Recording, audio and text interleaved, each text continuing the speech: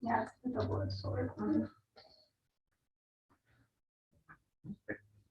Classroom discussion, like something that's recorded like forever is a different dynamic too. Mm-hmm. I mean, this class is like the extreme end of it, but even just like regular Zoom classes, like being recorded, it impacts the dynamic of the class, I think.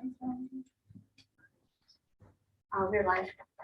Okay, so we should start. This is a very inauspicious day, given the decision rumored to come and be coming from the Supreme Court. I don't know if you want to discuss any of that. I think it seems like it's been coming for some time. But still, it's one of those things where, yeah, you kind of, you're not surprised and you expected it, but you're still shocked by it. At least I am. I don't know how you feel. I mean, there's one more piece of damage that Trump did to all kinds of institutions. To be honest, I don't know whether the Supreme Court's going to survive this, frankly, because it's now seen as a political instrument, purely political instrument. And you know, there was a time when you have these polls about faith in American institutions, and Congress scored 10%, but people had some respect for the Supreme Court. But the trouble is, I mean, Roberts all along has taken the view, as he did on the gay marriage thing, this was not the sort of thing that should have been legislated in front of the Supreme Court anyway. It should have been done by Congress. So now you've got a situation where possibly the question is, what's the balance of power going to be in Congress? Because Congress, particularly since Congress is a very undemocratic institution, and the Senate has a thing where something like 60% of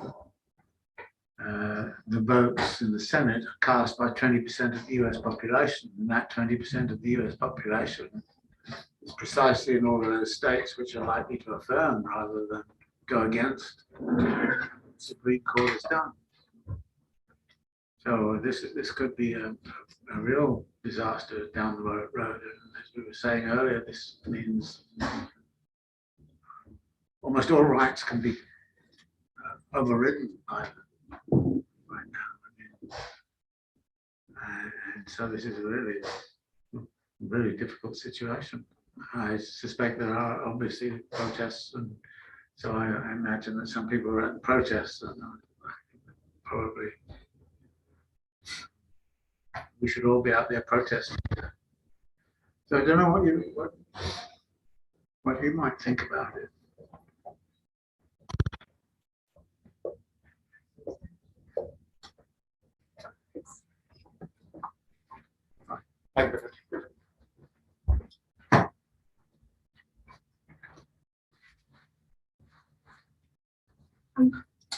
I'm curious what you think about the future of the Supreme Court as an institution. When you mentioned that,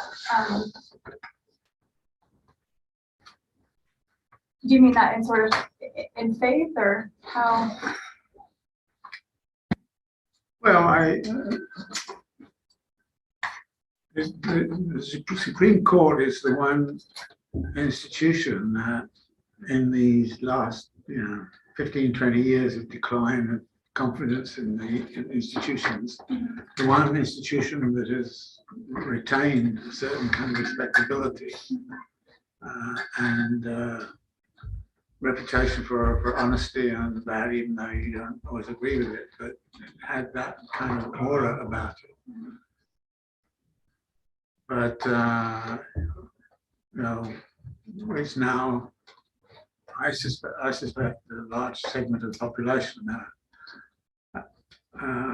The last poll I saw said that about 60% of the US population approved of abortion rights.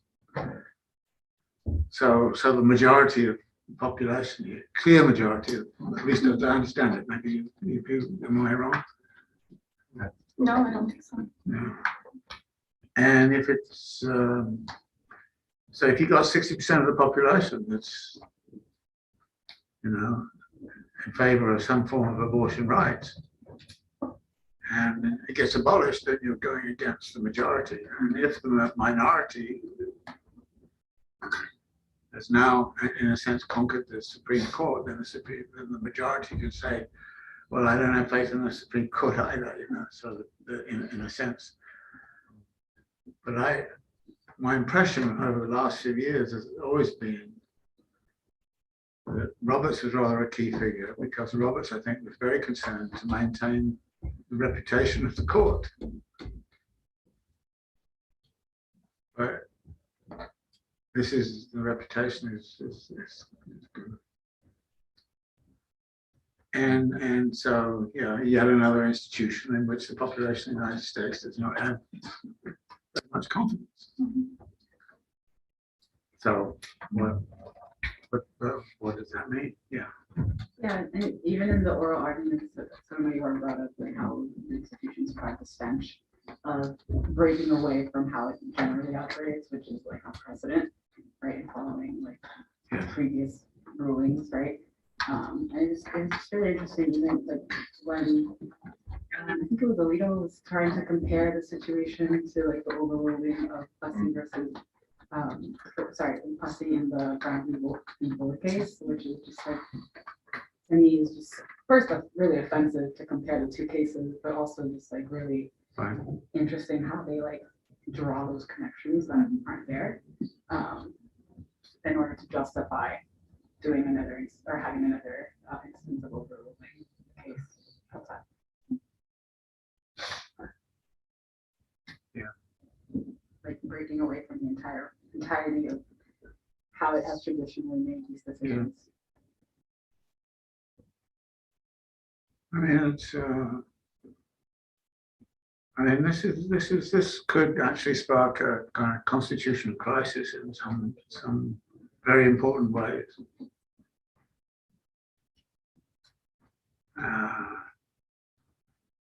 And again,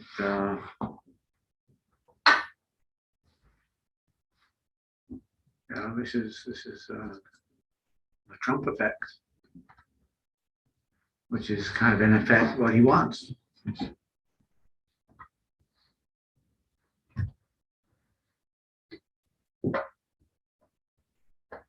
I mean, the Constitution, I mean, the Supreme Court's always been a very bourgeois institution, and you know, all about, you know, classic liberal rights, and yeah, it's not as if I see it ever as kind of a radical institution. It's made some, I think, very important decisions. I mean, obviously, questions of civil rights and so on has been very, very much articulated through the court. But in a way, that's now gone.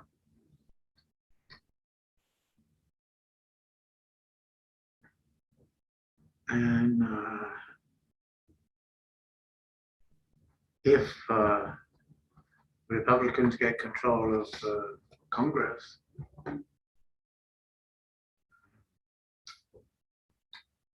they could simply start to legislate that support for this.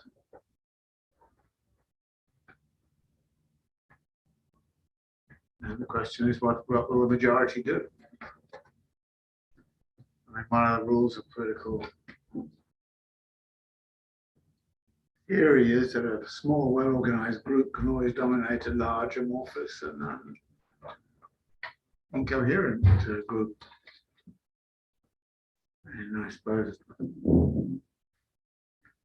the only thing I can see coming out of this that might be good is that the coherent group may emerge.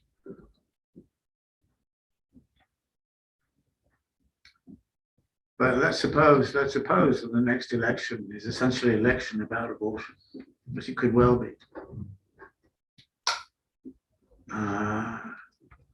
Then you look at how everything is gerrymandered and Texas and so on. And of course, they don't allow it to be gerrymandered in New York because New York has a constitution. That's so they gerrymander like crazy there and not here. And simply by that, by virtue of that, it would be very, very difficult, it would seem to me, to imagine an electoral way, given the landscape, an electoral way where you could end up with a sufficient of a majority in the House and the Senate to be able to kind of reestablish Roe v. versus Wade by legislative means. And Biden has already said that he could sign any kind of. But then you look at the way the electoral map is gerrymandered and set up, and of course the Supreme Court has not intervened in that except in a couple of minor ways.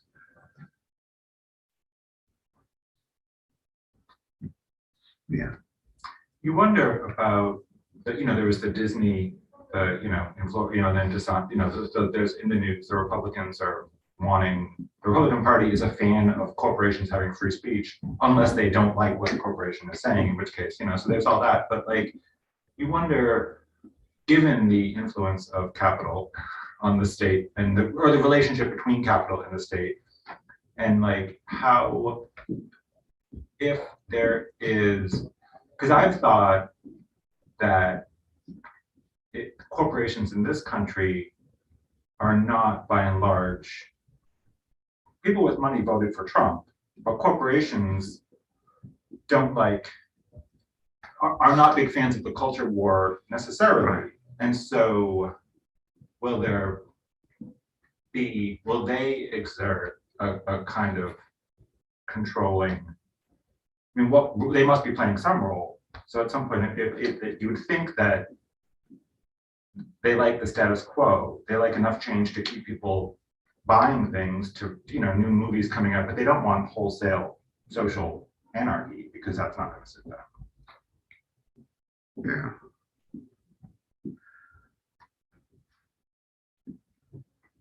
I don't know. I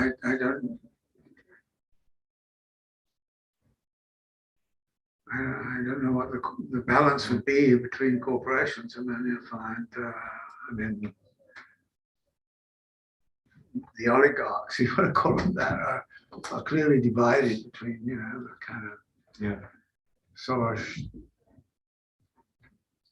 Buffett wing and the Koch brothers and the Elon Musk and all the rest of it. And you look at you look at a situation in which Musk taking over Twitter without any restraints, as far as I can tell right now. Maybe, in Europe they're restraining this kind of thing very strongly, but it doesn't look like it's going to happen here. And okay, Bezos runs Washington Post. Tusk runs Twitter. It's. And people have been running around saying there's a problem about our democracy. Well, actually, democracy went away a rather long time ago, and nobody's they're just waking up to the fact that democracy doesn't mean anything except that democracy is big money power.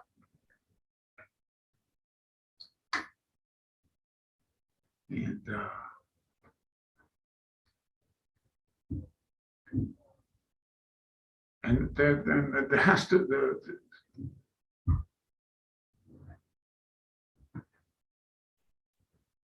My fear is that there'll be widespread protests. Okay, tonight there's widespread protests. Widespread protests will build a little bit. It'll go to the election.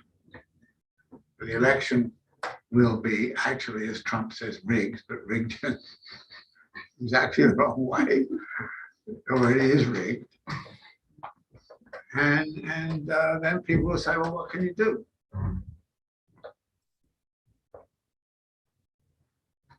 If this doesn't go through and Roe v. Wade is overturned, I think protest might not be the right word for the kind of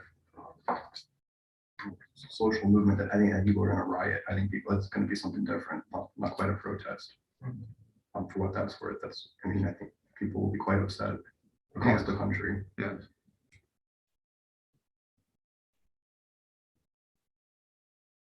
Why? But again, why would you say that it's different? Because there's a quite a long history of this. I mean, from the civil rights movement to the anti-war movement.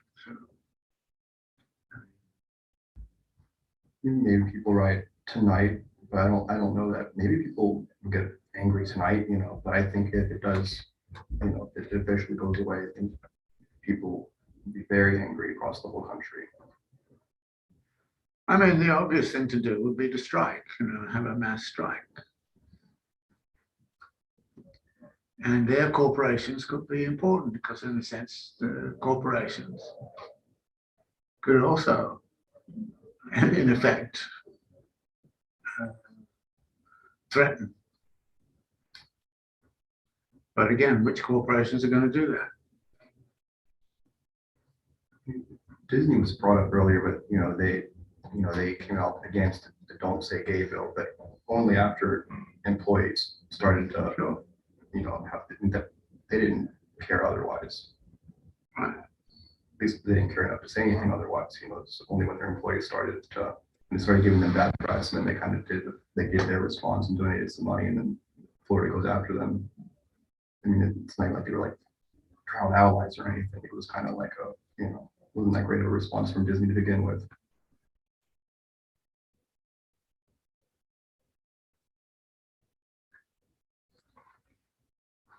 Well, and then it becomes like this kind of, it's amazing, you find yourself rooting for the corporations to stand up for our rights, or rooting for the government to protect us from, and it's just like, it becomes, who would have thought? Yeah, I've long been thinking who would have thought, so I'm used to that. I'm used to that thought.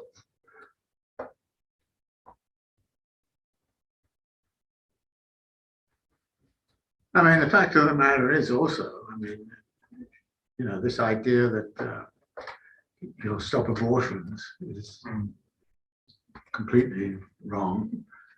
Abortions will go on, and will just go on illegally and dangerously, and people will die, and it will be people of a certain class, color, whatever. This is the tragedy of the thing.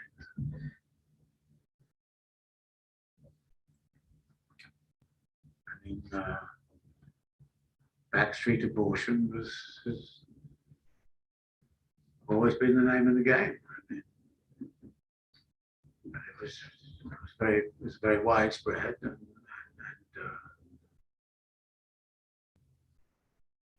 and it is right now the case that I suppose that rich folk can go to California or go to New York or wherever. There's talk now of there being legislation though saying that it's a crime to go out of state for abortion. And there will be legislation against any financial support for people to, there's all that sort of talk.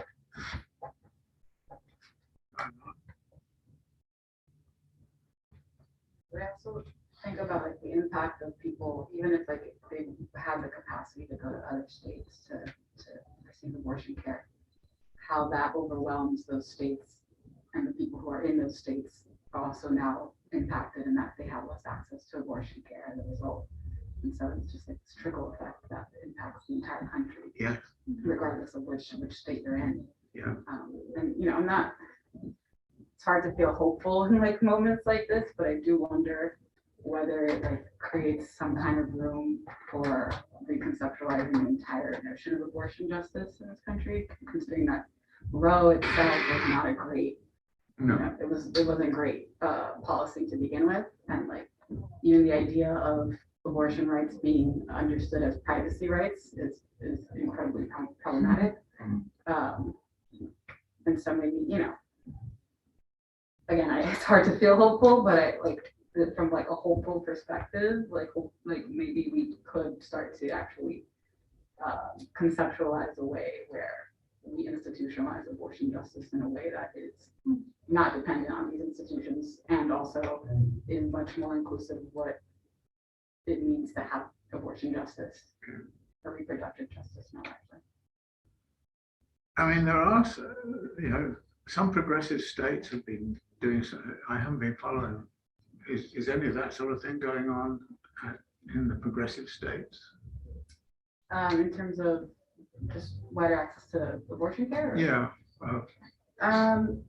Not that, I mean, I know that some folks who do abortion justice work have been doing like things like sharing abortion pills and just access to other means of safe abortion for people like across state lines and things of that nature, but I'm not really familiar with ways that folks are trying to institutionalize safe access to abortions.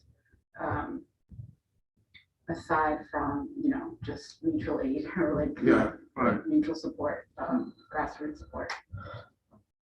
Maybe this is no for this kind of organizing in one. Can you talk up a little bit, because I think. Yeah, I mean, just maybe this is a moment to think about this more structurally now, especially. Yeah.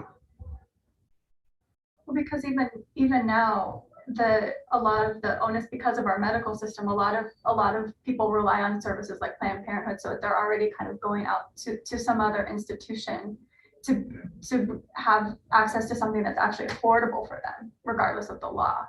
Yeah. And that that was and has been a really complicated kind of answer to this policy that's not particularly good policy, and also to the fact that our healthcare system is the way it is. Yeah.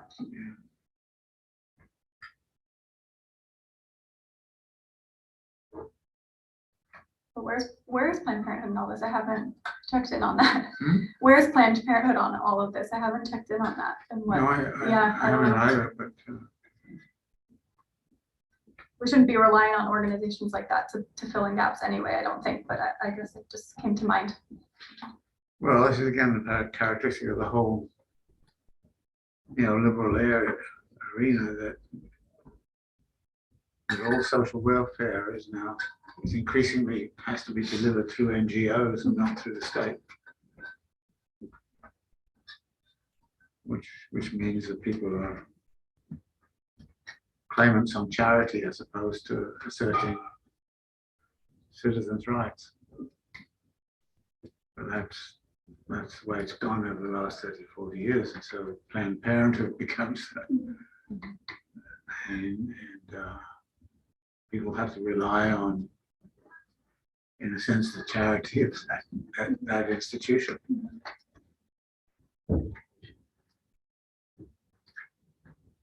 And it's imperfect, right? Because like, even with Planned Parenthood, like they can't use like government funds, for example, for abortion. That's here.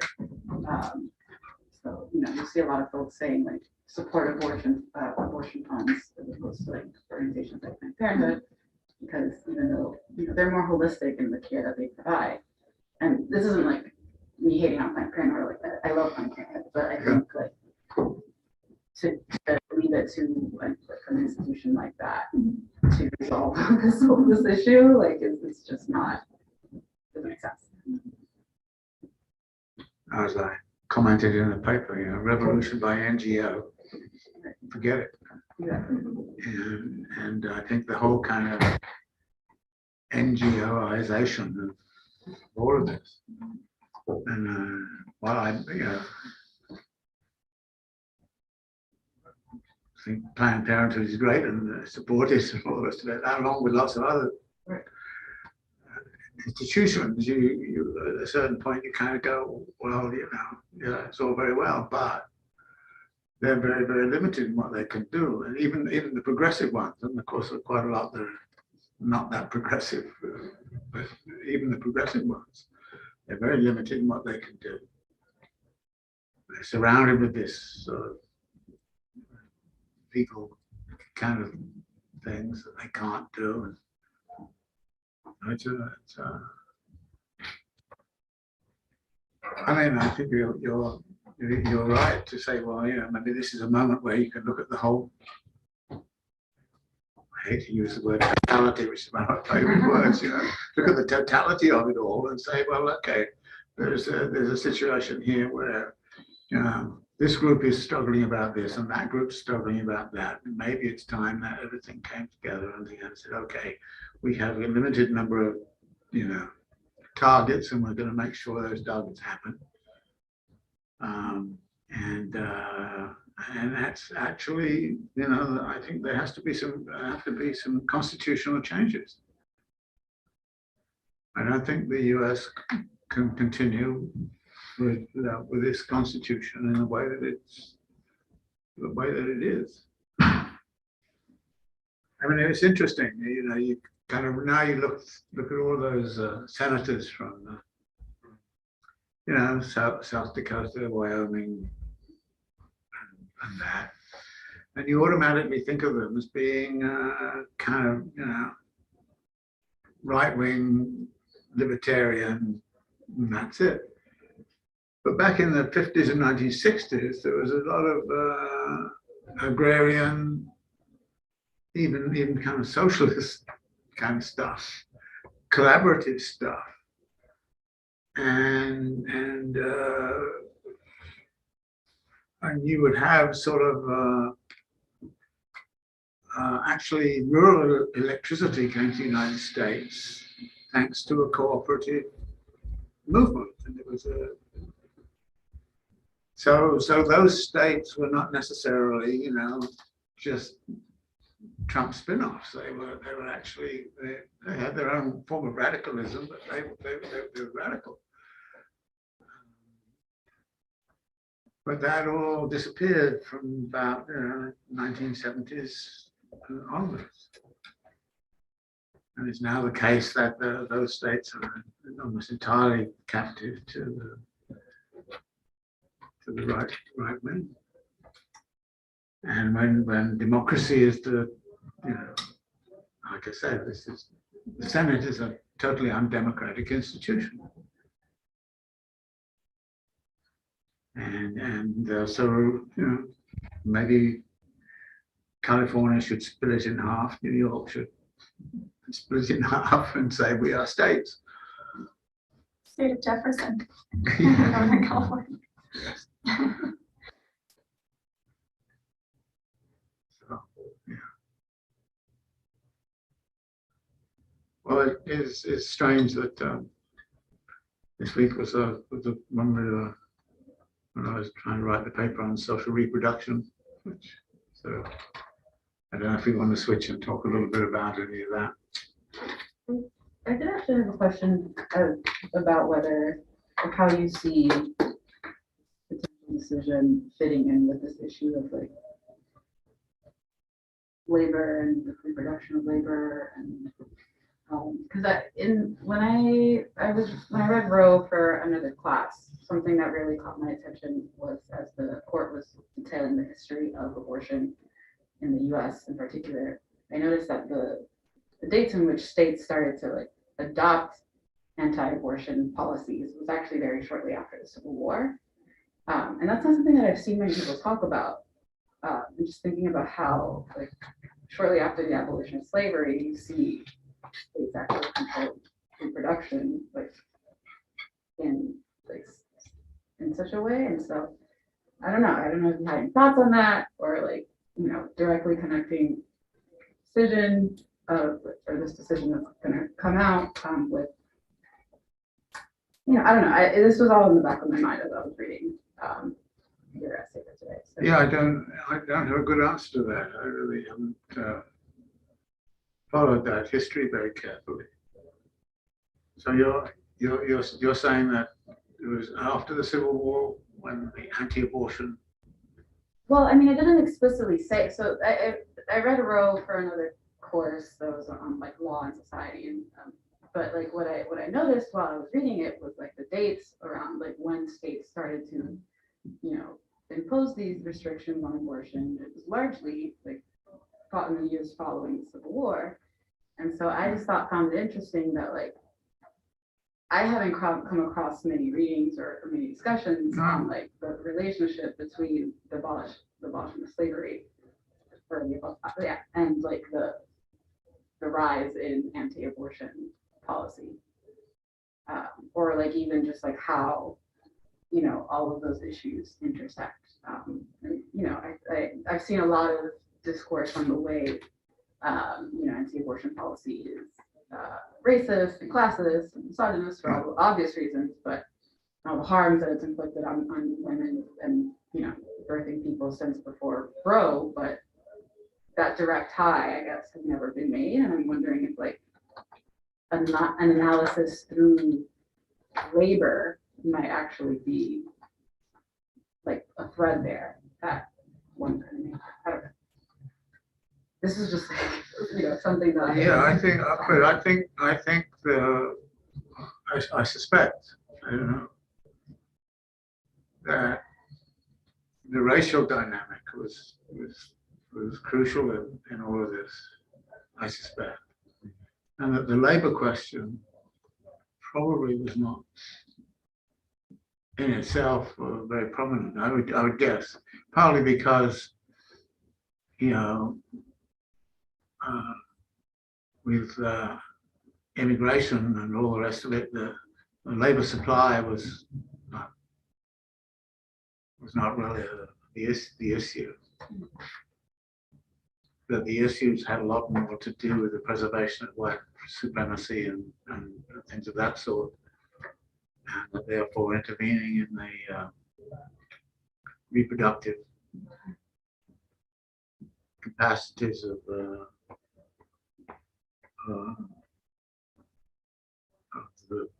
post-Civil War racially divided.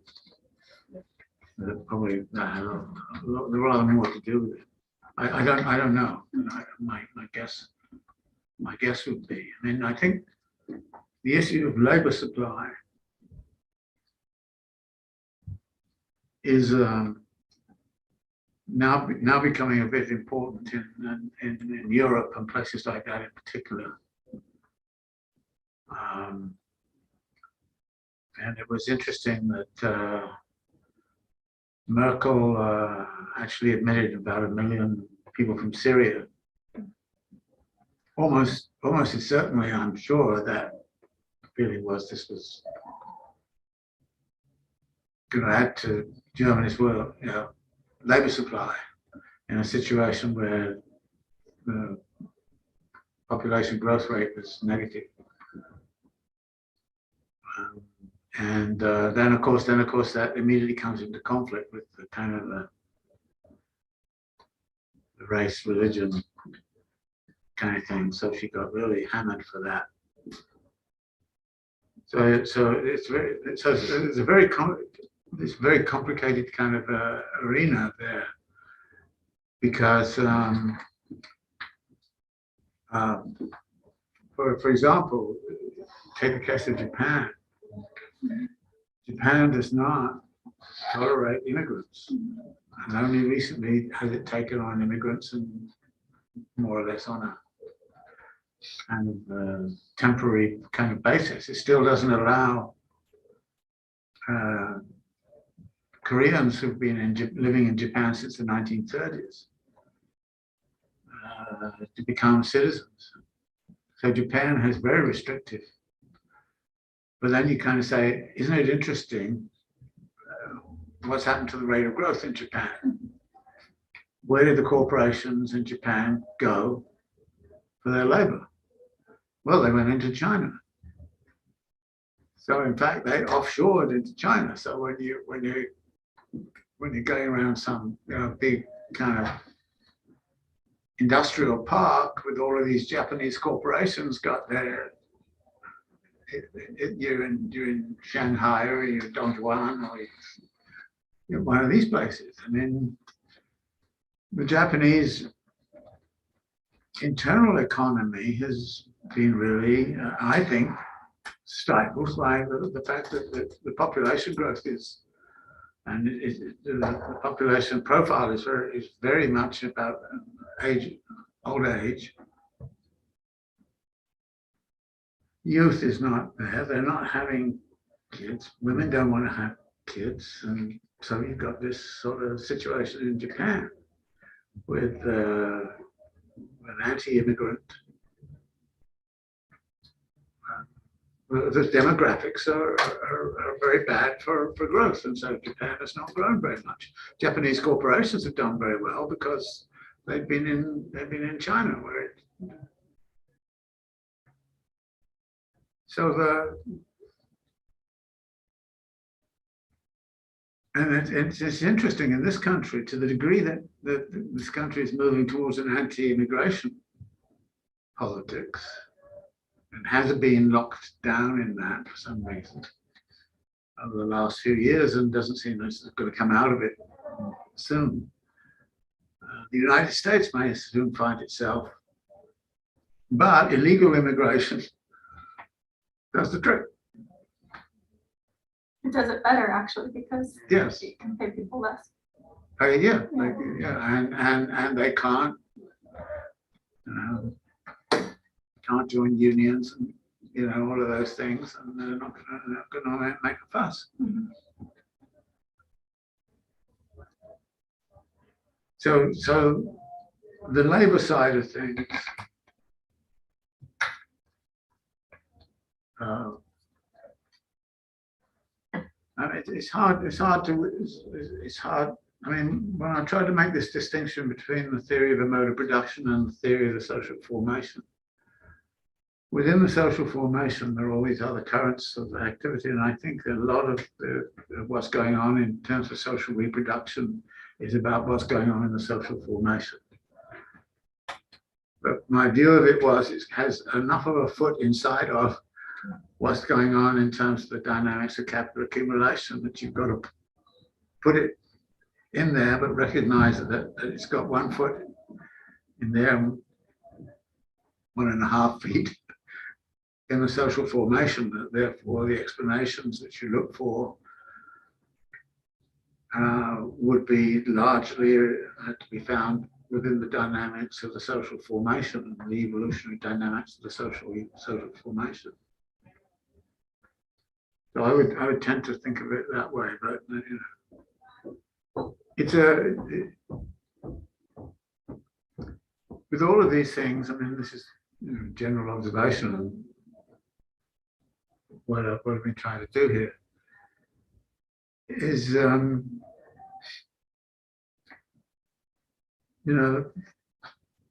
everything relates to everything else. Can we start with that? Okay, so but some things relate more than others. And what are the things that really relate to the dynamics of capital accumulation? And what I was looking for was to try to say, all right, what is it that's going on in social reproduction that relates to the dynamics of the capitalist mode of production? And in doing that, of course, people will then say I'm being, economistic or economic determinist or something. Well, I hope I'm not. I probably am in secret ways, but I hope I'm not. But I hope that people would see that something like what we're talking about here, about what happens to the labor force and the mass of the laborers, and what kind of mass we're looking at, and how the mass is stratified according to education and all the rest of it, how that relates to the mode of production. Recognizing that there's a lot going on there that it's not as if anybody's thinking about the mode of production at all.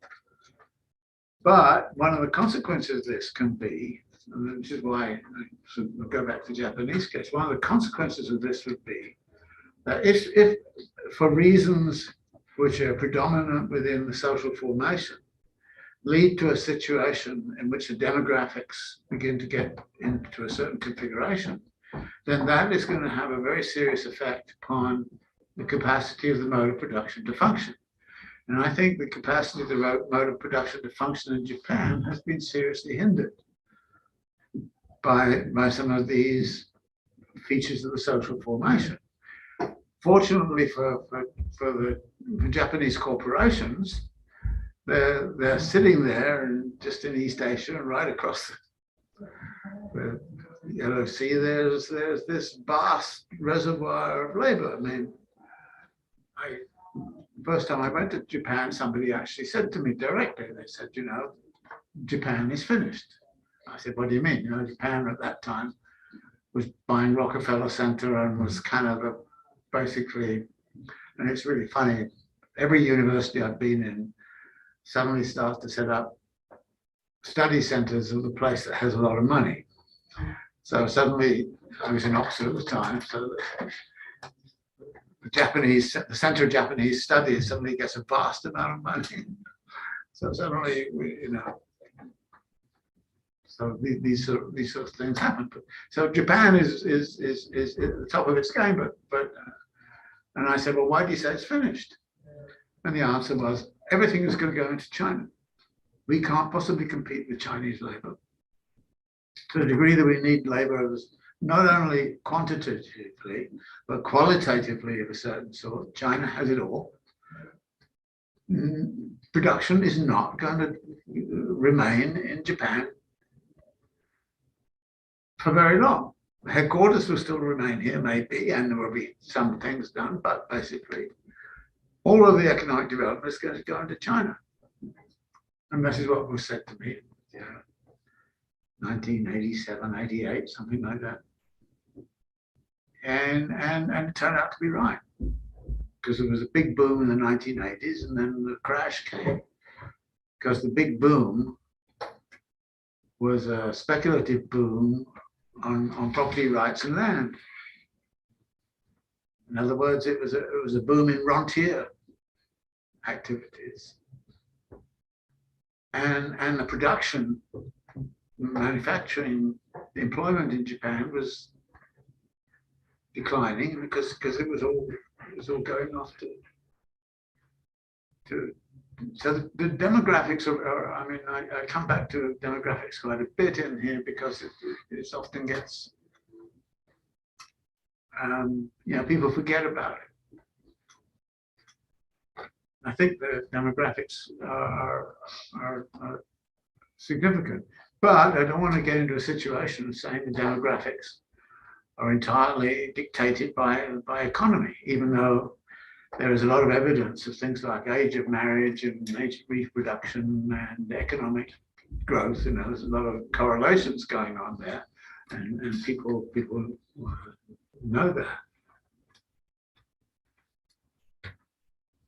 So this is one of the interesting things about social reproduction, that at the end of the day, the quantity and quality of the labor force is a very important feature in sustaining the capitalist mode of production as an engine of economic development. But in some ways, the economy is only one small piece of all of the factors which are actually affecting the demographics. And it's that kind of relation which is significant. So I wanted to sort of say, okay, we need to look at it from the standpoint of the capitalist mode of production. It's very important. There are things going on there that have, you know, have nothing to do with the capitalist mode of production, but which have impacts on the capitalist mode of production. At the same time, as things happening within the capitalist mode of production do have, you know, by setting up employment opportunities, by creating a much larger industrial reserve army, by changing the productivity of labor or those kinds of things, there are elements of what's going on within the capitalist mode of production that have relevance for household formation, family formation, and the demographics of decision making about you know, having children and all the rest of it. But it's a very difficult topic to write about. Are there issues you think I should have dealt with that I missed out?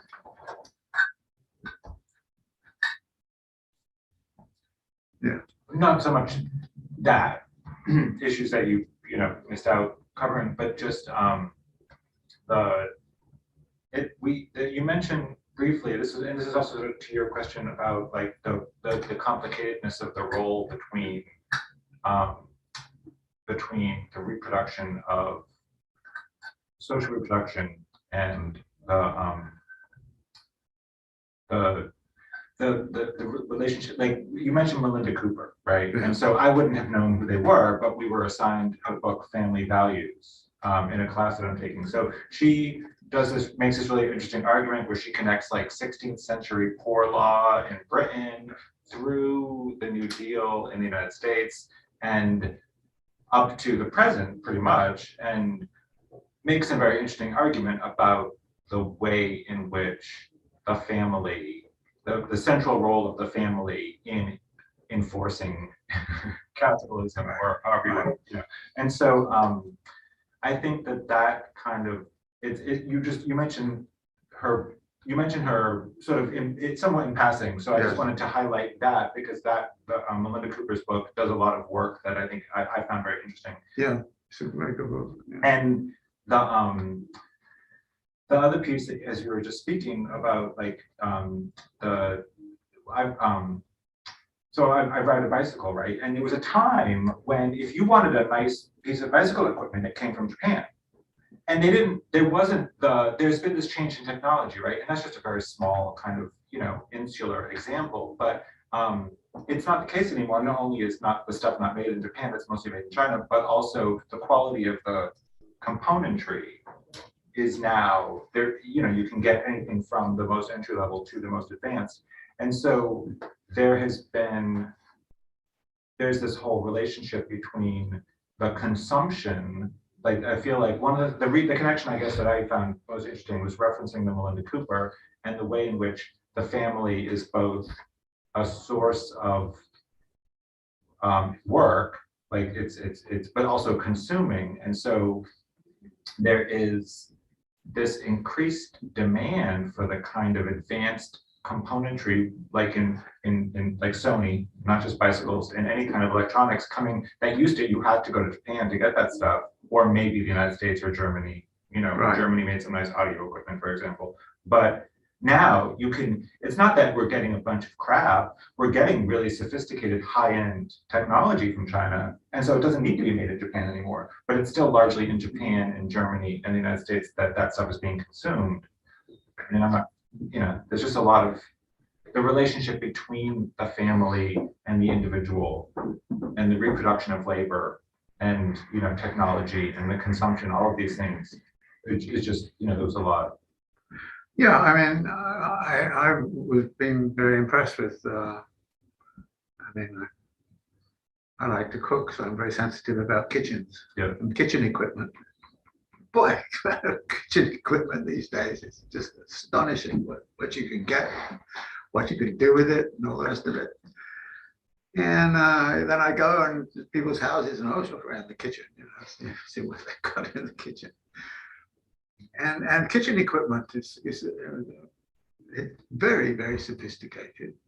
Some of it just falls apart, but much of it is really very, very, very good. So you then kind of say, well, and one of the arguments I have with Silvia Federici is Silvia Federici tends to say everything has remained the same. The oppression of women is there and so on. And she talks about, her mother and so on. And I talk about my mother who did all the washing by hand on Mondays. Well, I don't know anybody who would do that now in Britain. Maybe people do that on Mondays. In the neighborhood I was in, all the sheets just the whole street long. I mean, everybody was out there. They all did the washing on Mondays. And it was a day-long thing. My mother did nothing other than, my father got up and set the fire under the boiler and the boiler pit, and then it's all sort of thrown in. And my mother didn't finish ironing everything till about 8 o'clock at night. So from 8 o'clock at morning, 8 o'clock at night, simply the washing. That was it. Now this is very, you know, this is Federici makes it seem as if those kinds of things have gone forever, and the level of oppression and the nature of the oppression is exactly the same historically, and we've not dealt with it. Whereas it seems to me that the nature of the oppression is rather different now, and given all of the equipment and so on, and the, you know, the washing machines and dryers and all that sort of thing, you know, the family unit has become, if you like, a centerpiece of consumerism. And then you kind of say, well, how did it come a center of consumerism this kind of way? And there's therefore an evolution in what the household is about, and the household economy has been evolving, and it is a major market. It seems to me that there's a relationship or a tension between the speed up of production, kind of the just-in-time logistics revolution, and the entry of women into the labor force. So there, you know, it seems like there's this, you know, dialectic going on between those two processes, in which women, you know, households need a second income, but then there also needs to be more products or care services or something else. So this other economy that makes up for the time spent elsewhere, but then women labor at their job and then they labor at home as well, right? So I would agree that nature has changed in a way, but it's interesting the way that that's happened over the kind of in tune with the forces of yeah, I'm not arguing that there's no oppression continues, and that depending upon, this varies a lot with class and all the rest of it, but I just think there's a dynamics there that needs to be introduced into the story, because it looks rather different.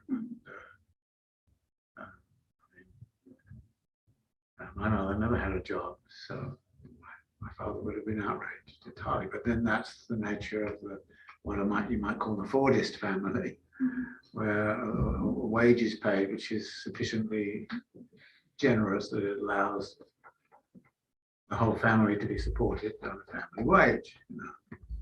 Insofar as there is what you might call a respectable working class that can hold down, become reasonably, can do that.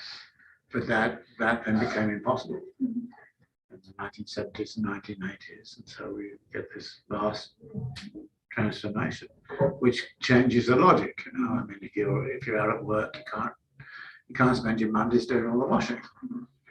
Something else has to be in there, and so then become the washing machines and the dryers and all these kinds of things. And so, you know, so there's a dynamic, a dialectic, if you like, of evolutionary transformation, which is going on. And then, of course, the question is, well, where does the washing machine come from? Does it come from Mexico? Does it come from, you know, Japan? Does it come from? So there's again, when you look at the totality of it, you see a kind of an evolutionary process going on, in which people have different positionalities in relationship to this process.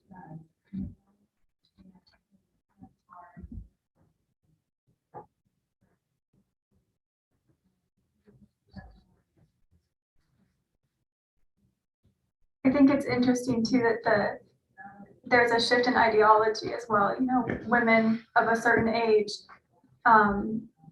grew up in a sort of and I don't know Melinda Cooper's book, maybe she speaks to this, but that evolution in which the women are sort of socialized to take on a mentality of like the boss culture or the I'm kind of forgetting some of the language around it, but the idealized version of what was the woman, the lean-in, thank you very much. Yeah, so like a lean-in ideology. Yeah, that has become very strong, and I think it still is to a certain degree. Yeah. And so it's not, and I think Federici talks about this too, and it's not the that there's a certain strand of feminism that has been sort of co-opted by this ideology. Yeah. Yeah, well, she was very much against Beijing UN feminism, which she saw as being, you know, the kind of the bourgeois feminism, which in effect used the neoliberal term, but didn't really recognize the class perspective, which somebody like Nancy Fraser, for example, would now utilize, sort of saying, okay, we realize there was a con game going on there, saying that actually women's liberation could be realized this way, but when you look at the class dimension, you realize that that liberation was just for certain privileged segments of women, and therefore, so she has this essay about Beijing feminism. Was that like the year of the woman, like the Hillary Clinton? Yes. So, okay. Yeah. What was that? 1995 or something? I'm not sure. Something like that.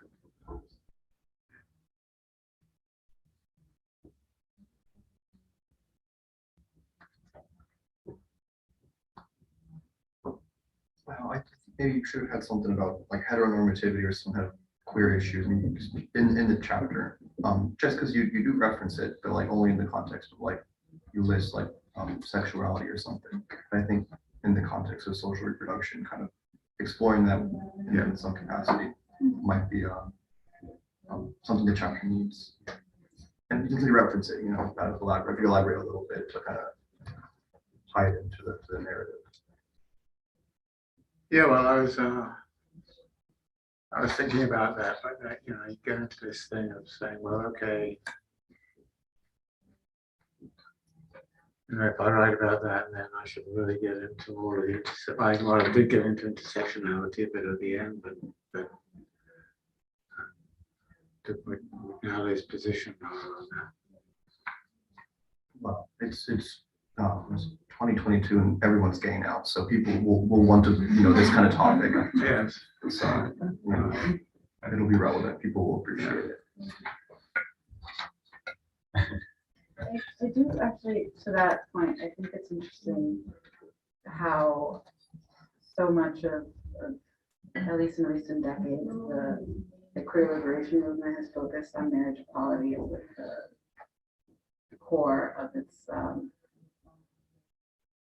of its cause, right? Where when you consider that there's widespread discrimination against queer people for like housing and it like work discrimination, all of these other forms of harms that queer people experience, right? And you know, and that's not to say that like marriage equality is important, but it is to say that there's something interesting there about like the way that this notion of the family unit is re-entrenched in our conception of what you know, equality or rights mean in this country, which I cannot divorce personally from, you know, the discussion of social reproduction and, you know, yeah, I don't know. Is that something that you were thinking of as you were thinking about how it was excluded, or? You know, with my comment, I guess I wasn't thinking down that line. I was thinking like a family, right, like marriage stuff, because that's kind of but you're absolutely right. So you know, what queer liberation looks like and what it means.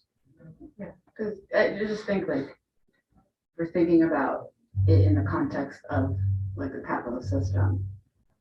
It doesn't seem to me to be a coincidence that that is the fight that has become so central to the movement for liberation, as opposed to other fights such as like, you know, housing justice or you know, other forms of. You see, I mean, I may be wrong on this, and so you'll correct me probably. But I felt if I started to get into those issues, the question would be in my mind all the time of what this got to do with the dynamics of the capitalist mode of production, which is what I'm looking at. And that's my target, if you will. I mean, how would me inserting these questions in much greater detail illuminate the relationship between social reproduction and the dynamics of the capitalist mode of production? Well, I think, and we just spent like a little bit of time talking about how the way the traditional, or the quote unquote traditional family unit kind of Right. reproduces these social systems, right? That, you know, yeah. And so I think that the idea of like, you know, marriage is like reproducing what we traditionally understand as like sexual unions and families, right? As like just copying that model, right? And just saying, well, no, anyone can do it, right? And not just like straight couples. But instead of like diversifying what notions of family could look like, right? And being something much more expansive than just two Right. adults and children, right? As a family unit. You know, that would be different from the structures that we're seeing in this dynamic of social reproduction. Is that clear? Sorry. Well, no, I mean, I hear you. I mean, I'm trying to agree with you, but I'm thinking about, you know, going to come back to sort of question, how does that affect the dynamics of capital accumulation, the rising mass of product, and the rising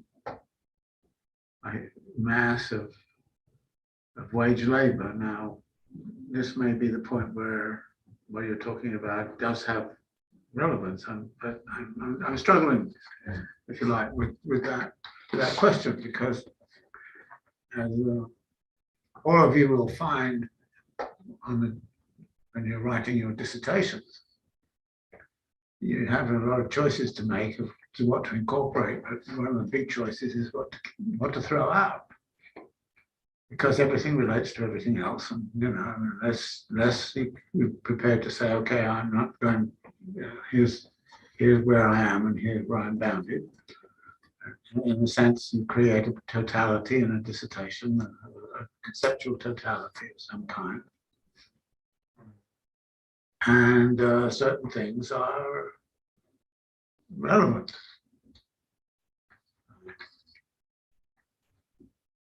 And the decisions are made. And then you can say, well, that was not a right decision. If I had a criticism of Melinda Cooper, by the way, it would be that I don't think she pays enough attention to the relationship between what she's talking about and what's going on in terms of, for instance, the Industrial Reserve Army. What's the condition and state of the Industrial Reserve Army? I mean, there's a conceptual apparatus there that she could have imported, I think, into it. Because, you know, poor laws are about, you know, who keeps the Industrial Reserve Army alive and what conditions. Well, going back to, in some ways, I took you in this week's reading to be, I hate to use the word gesturing because it's used. Well, but I am gesturing. Yeah. you just, I read you as gesturing towards kind of that work, not doing it precisely, but like, and part of it is because I had just read Melinda Cooper's book, and she very much places gay marriage in that kind of like in this, she's not a fan, right? And so, and she does similar work with other stuff. So like, that was part of it. And then the Federici, the Silvia Federici, I forget exactly what it was now in my response that I sent to you, and I don't have it with me, but that what I heard, I went back to some of the earlier stuff, and I was thinking about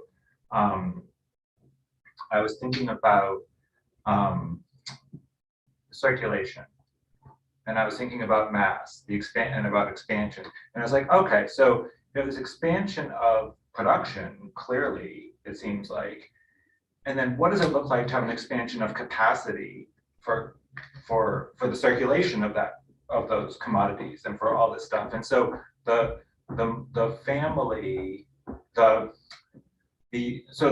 queer family becomes a condominium, if you will, to the heterodox family that allows for this kind of expansion of this. I thought the way that again, I don't have it with me because I didn't print it out, but the response that I sent to you from this week's readings was largely about me trying, I guess, to like go in the direction that I thought you were already going in, which is sort of, but that was just for me. Yeah, I didn't get to see you. Sure. Unfortunately. I sent this quite This late. week, I sent it like I was being derelict in my duties. So it's not fully worked out, but because that interests me also. Yeah. Like, what is the relate? Because there's like the old idea of the base and the superstructure. So therefore, like society is sort of built on top of this. But I feel like you're putting towards a different idea, which is these interrelated circulatory systems. Yes. And in that picture, I thought there's plenty of room for introducing the kind of things that Melinda Cooper is doing, or understanding contemporary bourgeois society as like, why is it so successful? Like, what is it? What are we doing? Creating all of this, like all of this that we're creating. How is it really connected to the inner logic of capitalism? Yeah, I guess just building on that a little bit, how successful it is. I'm not so sure right now that I would want to argue this is very successful. I think that contradictions are very strong. And I think this whole business of the rentier was rather important for me, in the sense that the massive output and product has grown, but the massive both fiscal and monetary indebtedness and the accumulation of money has completely outstripped total output. And you look at this and you kind of say, this is. I mean, particularly when you start to look at state debt, 10-year treasuries have to be paid off. So you'd issued, I don't know, $500 million of 10-year treasury bills. You then pay it off after 10 years by borrowing, $2 billion, $3 billion. In other words, you've got a Ponzi scheme where you're basically issuing debt to cover last year's. And this is what goes on around this debt ceiling nonsense, which goes on. This is the somebody puts a debt ceiling on, tried to put a debt ceiling on it. The thing about the debt ceiling is you have to raise the debt ceiling because you've already spent the money. It's not as if you're raising the debt ceiling and then you're going to do it in the future. You've already spent the money and you're out of money, which is why when they have this business of closing the government down, they have to furlough people because they haven't got the money. So it's really, so we're beginning to see this kind of crazy stuff about how's the growth going to be. And of course, one of the great growth industries right now is making Javelin missiles to send to Ukraine, which is just happens to be rather helpful to the economy. And again, I'm not going to argue that the war is fought for economic reasons, but it seems to me opportunistically. I mean, you're borrowing $33 billion to give the Ukrainians, and you say the Ukrainians are going to spend it on what? On American-made missiles. So again, the circulation process is very important to look at. And then you kind of go, after World War II, there was an immense indebtedness which had to be sort of wrung out of the system in a variety of ways. One of course was by inflation, by kind of inflating away the debt. So I think we're in for a lot of trouble. I think it's not been very successful. I think the demographics are not good globally. For the first time, I think historically you would argue that in the not too distant future we could be at zero population growth. And to the degree that population growth has been absolutely central to the perpetuation of the accumulation of capital, that's gone away. We're not actually producing things so much as we're actually inventing fictitious capital, and people are making a huge amount of money out of nothing. I mean, Elon Musk went from, I don't know, I've forgotten the figures exactly, from something like a fortune of 25 billion to something like 145 billion just in 1 year. And then he decides to buy Twitter. But notice what he did. I don't know if you noticed, but how much was he buying it for? 45. He borrowed 25 billion. I'd like to borrow 25 billion. And imagine we all went in and said, okay, we're going to borrow 25 billion. And they gave it to him. And if you're a small business owner and you just want to borrow $100,000, it's hell to get that money. The big banks are simply bankrolling the big players.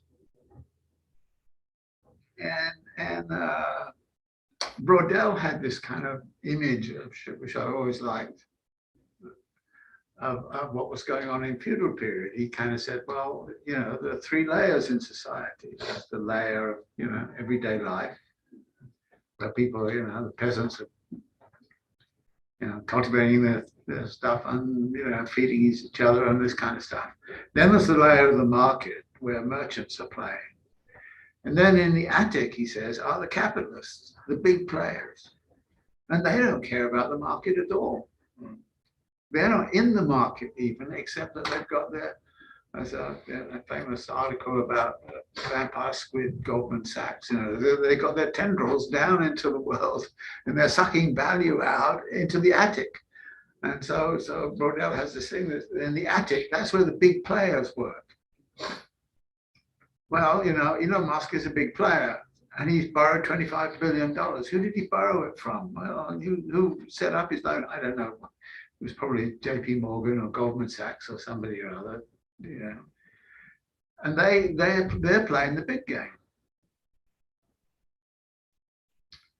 And what kind of game are they playing? They're not producing anything. Elon Musk is, okay, he's got a car. He's got Teslas, but he didn't produce anything that went from 25 billion to 145 billion in 12 months. I mean, that wasn't, and it's like George Soros when he bid against the pound and came up with it. So I think there's a lot of serious kind of questions right now. But there's absolutely nobody, it seems to me, or there's no political apparatus that is able to control the system.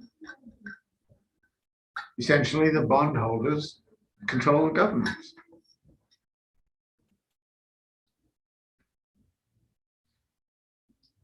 I mean, if you, I have some very close colleagues in Greece, I probably mentioned this before, but if you go to Greece and to say, who does your government actually control what's going on in Greece? And the answer is no, the Troika does. Who's the Troika? Well, it's the International Monetary Fund, it's the European Stabilization Fund, and the European Central Bank. All of the Greek debt was initially debt to particular banks, like Deutsche Bank and BNP and all the rest of it. What the crisis did was they socialized it and they paid off Deutsche Bank and they paid off BNP and then consolidated the debt. So the debt was then held by the IMF, by the Troika. And the Troika dictated pretty much all the policies of the Greek government, and the Greek government kind of had a referendum. If you remember this, it had a referendum. Had a referendum about should it default on the debt, and if it defaulted on the debt, that means it would be out of the European Union. Should they default on the debt? The answer came back and said yes. And the government said, oh well, yeah, they voted yes, but we're going no. Again, the governments of Italy were appointed by the Troika for a certain period of time, still have been. So who the hell's going to control this system? I really don't know.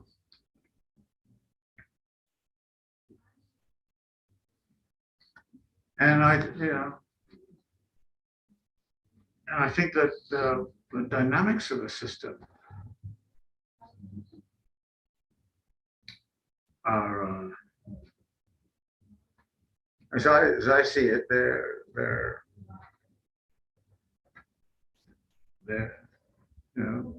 I use this phrase that Marx uses at a certain point. At a certain point, we become governed by abstractions. And I think that the question for me is, well, what are these abstractions? And that's one of the things I've been trying to look at, is to look at what the abstractions are, how they play out. So I ended up with 12 little essays. I don't know what to do with them. I think I mentioned last time that I'd like to have another 3 or 4. But I am working on the next one, which would be about the production of space and time and the dynamics of space and time. And I want to do that for a couple of reasons. One of the things that I see in the literature is a tendency to say, all of this is going on and it then has impacts on urbanization, regional development, uneven geographical development, blah, blah, blah, blah. But I'm very interested in not so much as the impact of all of this, but how the uneven geographical development is actually a vehicle whereby the system perpetuates itself. And when I first thought about this a long time ago, when I was first working on this, there's a very nice book by a guy called Brunley Thomas, which is about migration and the European economy in the 19th century. And he has some neat graphs on booms and slumps. And it's interesting, you know, if you're into Europe, 1848 is a very important year. Big crisis, crash, blah, blah, blah. Didn't affect the United States at all. This was big boom time in the United States. And so you see what went on in the 19th century. You see the British economy has these big cycles that go like that, and contra cycles in the US economy. So they're going opposite each other. And the biggest danger that capital ever faces is a situation in which all parts of the world go together. That's sort of started to happen in the 1930s. It began to happen in the 1970s. 2008 was really, really interesting about the geographical dynamics of that. I mean, it sort of begins in housing markets in Southern California and Arizona and Georgia and Florida and so on. And then it kind of moves all around. And I think that the decision, I'm pretty sure, the decision to let Lehman Brothers go bust in 2008 was a decision to globalize the crisis. That is, the US could not solve the crisis on its own. Therefore, it had to globalize it, which it sort of did. But there was one place it didn't touch, except indirectly, and that was China. And when I say China saved global capitalism from the 1930s, yes, it did. And it did so by this huge investment in urbanization, regional development, infrastructures, fixed capital of an independent kind, and consumption fund. I mean, talk about a dumping ground of vast amounts of this capital. But China's not in a good situation right now. So if, as is happening right now, the stock market is starting to wobble and things are beginning to get messy, who has the power to get out of it? Well, Biden is making a good push to get out of it by deficit financing $33 billion to give to the Ukraine to buy US missiles, which keeps a lot of people employed in the United States. So it's a neat way. And so that may be the intermediate stabilizer. I mean, he wanted to do the equivalent of that by this Build Back or whatever it was program that never went anywhere. He was going to do another, but that got stopped. But this one can't be stopped. So in a funny kind of way, I suspect that the Biden administration is very grateful for the fact that they can do this. Again, I'm not saying that war is fought for that reason, but you can see opportunistically. And exactly the same way that World War II got the world out of the slump of the 1930s. So this war may be the means this time around. Which puts you in an awkward situation. I mean, okay, I don't particularly want Putin to win. I mean, I think he's acting like I was listening to this music from Lamanche. So Putin's more and more like Don Quixote in the Kremlin, you know, launching missiles at people, you know. I mean, Ukrainian windmills. I mean, it's pretty insane thing. So I would want to have an essay on the geopolitics of all this. Because here, in exactly the same way we're talking about social, but this was true of the chapter on the state and social reproduction, is that there's one leg in the social formation and one. I think geopolitics is very much about this complex relationship between, if you like, empire, just simple one, empire building, which has its own particular logic, and the dynamics of capital accumulation. And sometimes empire building and capital accumulation go together, like you could argue that the creation of the American empire after 1945, which I think is worthy of calling an empire, that in fact connected with the dynamics of capital accumulation. They both reinforced each other. So the US could go off and, organize coups in Chile and Guatemala and Brazil and pretty much everywhere, intervene in election. I mean, the fact the United States is complaining about its elections being intervened in is kind of ludicrous, given the number of elections they've rigged around the world. So anyway, American empire and capital accumulation went together very nicely. It started to come apart in the 1980s. And one of the things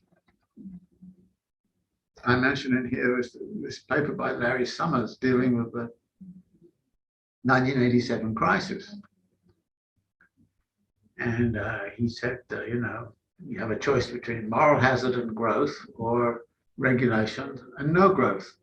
I choose moral hazard, and I know there's going to be a crisis. You just prepare and manage the crisis. That's what he did. He said, and by the way, what this crisis of 1987 showed, it was after the Big Bang unification of the global stock markets. What this crisis shows is that the United States cannot do it alone. In other words, American empire is unable to stabilize the world. It has to form alliances. It now has to structure alliances. And and there's a weakening of American empire. And you could argue right now that then this kind of empire building and capital accumulation didn't go together very well. And we now see a situation with Putin doing empire building, trying to do empire building, and it's not going down. But it has this peculiar relationship then with the dynamics of accumulation.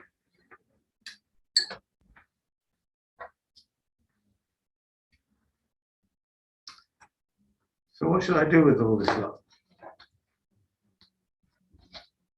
It's on the web, so people check it out. Will you keep posting the ones that you? Yeah, about As you- reduction of space and time. Yeah. Okay. Yeah. I'll post them. If that's okay, I can continue to post them, right? Yeah. And so they're all on the web, right? Yeah, they're all on the website, So people can just go to the website and. open access.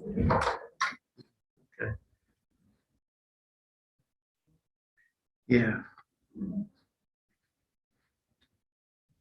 Well, it was very interesting to do, for me anyway. I don't know if it was for you.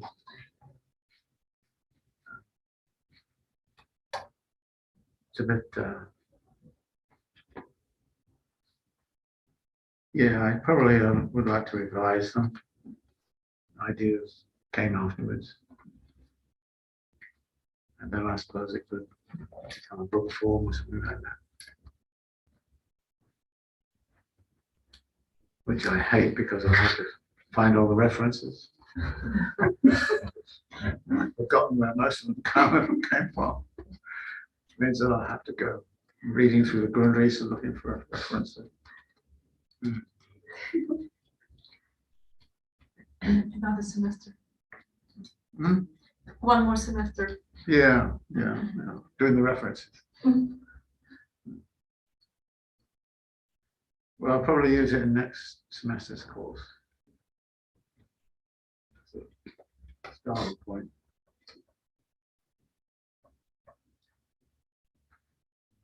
because it's interesting. I was trying to get a sense of the totality. You writing about the totality.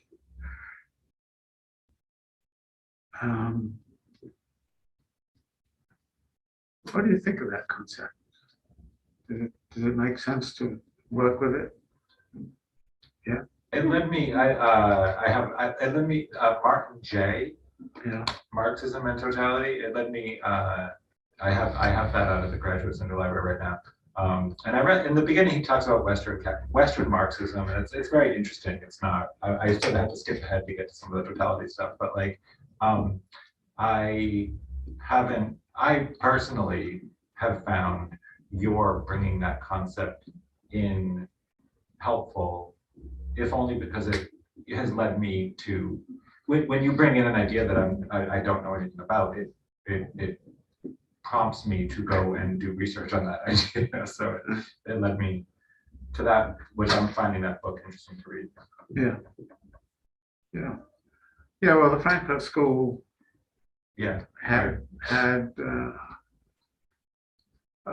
quite a bit about that, and Lukács and people like that were into it. The problem was, as I think I said in here, the problem was that they were very much influenced by Hegel, and Hegel's concept of totality, which tends to be rather tightly bounded. And people found it very hard to work with that Hegelian notion of totality. And there was an argument that went on in the 1960s about, and Lukács abandoned the idea, the concept of totality, because the concept he was utilizing, which is a Hegelian concept, was too teleological. In other words, the totality, its fate is already determined. You're going to end up at the absolute state, was the Hegelian kind of notion. Whereas, and Marx is sometimes teleological. He sometimes writes in that vein. In the Grundrisse, he doesn't, which is why I find that Grundrisse is such a special text.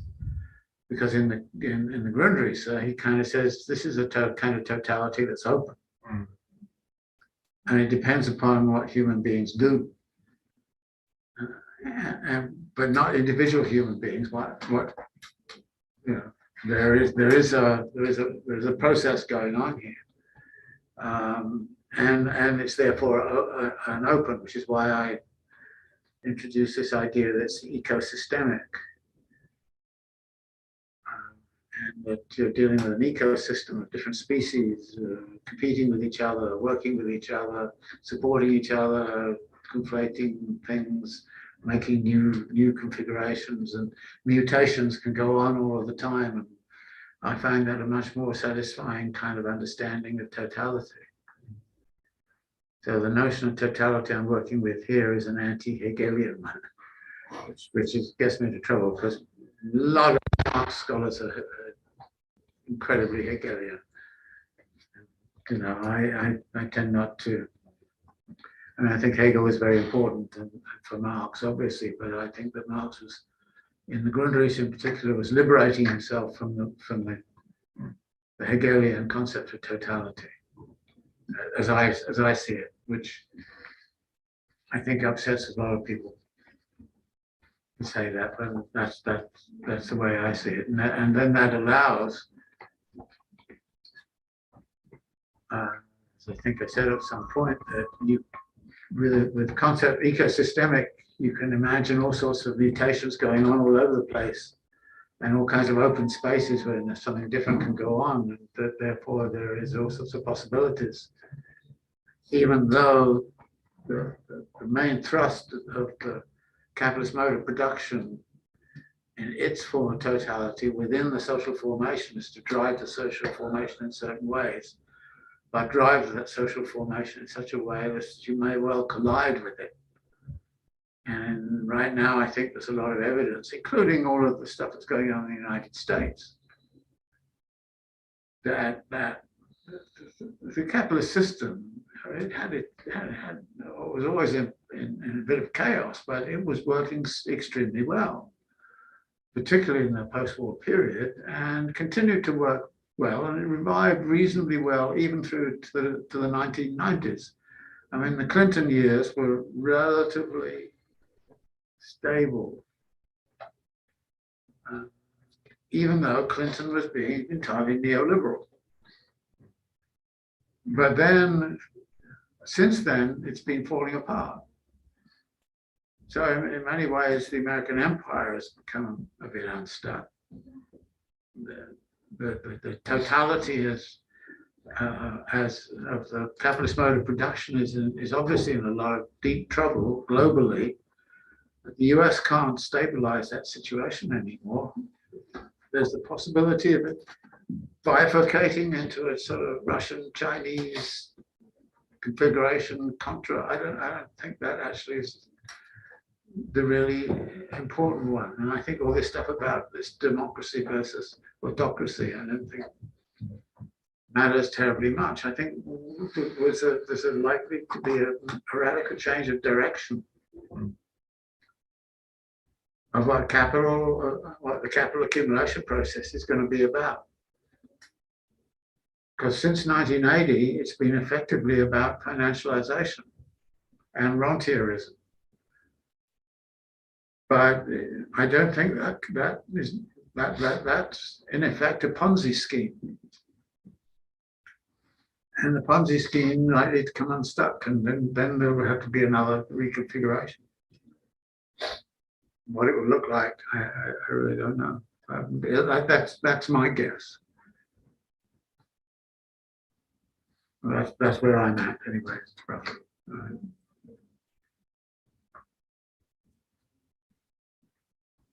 How are we doing for time? Must be You're at 8. 8 o'clock. Oh, fantastic. That's the timing hasn't bugged me. So, well, thank you very much for listening to all of this, and I hope you got something out of it. And well, I hope recent events are reversed. I hope that capital can come out of this without too much destruction and self-destruction. I mean, the trouble wanting a crisis of capitalism is the crisis hits the worst off people first and hardest.